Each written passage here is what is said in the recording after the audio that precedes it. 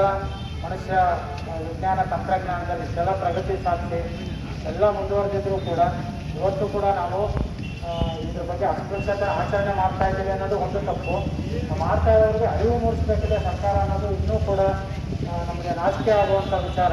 ಎಲ್ಲರಿಗೂ ಕೂಡ ಒಂದು ನಾಗರಿಕ ಸಮಾಜಕ್ಕೆ ತಲೆ ತಗ್ಗಿಸುವಂಥ ವಿಚಾರ ಅಸ್ಪೃಶ್ಯತೆ ಆಚರಣೆ. ಕೊಳೆಯನ್ನು ತೆಗಿಬೇಕು ಅಂತ ನಾವು ಇನ್ನೂ ಹೋರಾಟ ಮಾಡ್ತಾ ಇದ್ದೀವಿ ಅನ್ನೋದು ಅತ್ಯಂತ ಹಾಸ್ಯಾಸ್ಪದ ಮತ್ತು ನಾಚಿಕೆಗೇಡಿನ ವಿಚಾರ.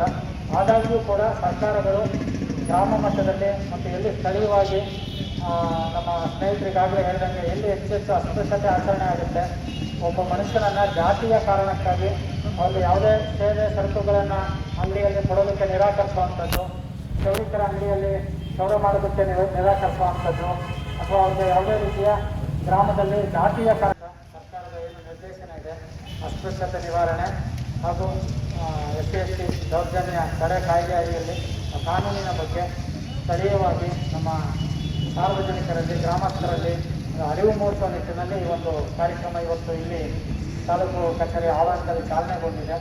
ತಮ್ಮೆಲ್ಲರಿಗೂ ಗೊತ್ತಿರುವಂತೆ ಸಮಾಜದ ಪ್ರತ್ಯೇಕಗೊಳಿಸುವಂಥದ್ದು, ಅವ್ರಿಗೆ ಹ್ಯುಮಿಲಿಯೇಟ್ ಮಾಡುವಂಥದ್ದು, ಇಂಥ ಜಾತಿಯವರು ಅನ್ನೋ ಕಾರಣಕ್ಕೆ ಅವ್ರಿಗೆ ತೊಂದರೆ ಕೊಡುವಂಥದ್ದು ಯಾವುದೂ ಕೂಡ ಕಾನೂನಿನಲ್ಲಿ ಮಾನ್ಯತೆ ಇಲ್ಲ.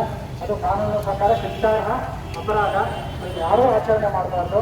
ಅದನ್ನು ತಿಳಿ ಹೇಳುವ ನಿಟ್ಟಿನಲ್ಲಿ ಕಾನೂನಿನ ಬಗ್ಗೆ ಅರಿವು ಮೂಡಿಸ್ತಾ ಅವರಲ್ಲಿ ಜಾಗೃತಿ ಮೂಡಿಸಿ ನಾವೆಲ್ಲರೂ ಮಾನವರು ಸಮಾನವಾಗಿ ಬಾಳಬೇಕು ಅನ್ನುವಂಥ ಸಹಬಾಳ್ವೆಯ ತತ್ವವನ್ನು ಗ್ರಾಮಸ್ಥರಲ್ಲಿ ಅರಿವು ಪ್ರಚಾರ ಹಾಗೂ ಒಂದು ಕಾರ್ಯಕ್ರಮವಿರುತ್ತೆ. ತದನಂತರ ಕಸ್ಬಾ ಹೋಬಳಿ ಆಲಪಾಡಿ ಜ್ಯೋತಿನಹಳ್ಳಿ ಪಂಚಾಯತಿನಲ್ಲಿ ಏನು COVID-19 ನಿಯಮಗಳನ್ನು ಪಾಲನೆ ಮಾಡಿಕೊಂಡು ಈ ಒಂದು ಕಾರ್ಯಕ್ರಮಕ್ಕೆ ವಿಚಾರ ಸಂಕಿರಣವನ್ನು ಏರ್ಪಡಿಸಿರ್ತೀವಿ. ಈ ಒಂದು ಕಾರ್ಯಕ್ರಮದಲ್ಲಿ ಎಲ್ಲ ತಾಲೂಕು ಮಟ್ಟದ ಅಧಿಕಾರಿಗಳು, ತಾಲೂಕು ಆಡಳಿತ, ಹಾಗೆಯೇ ಪೊಲೀಸ್ ಇಲಾಖೆಯವರು ಮತ್ತು ವಕೀಲರು ಸಹ ಈ ಒಂದು ಕಾರ್ಯಕ್ರಮದಲ್ಲಿ ಭಾಗವಹಿಸಿ ಏನಿವೆಲ್ಲ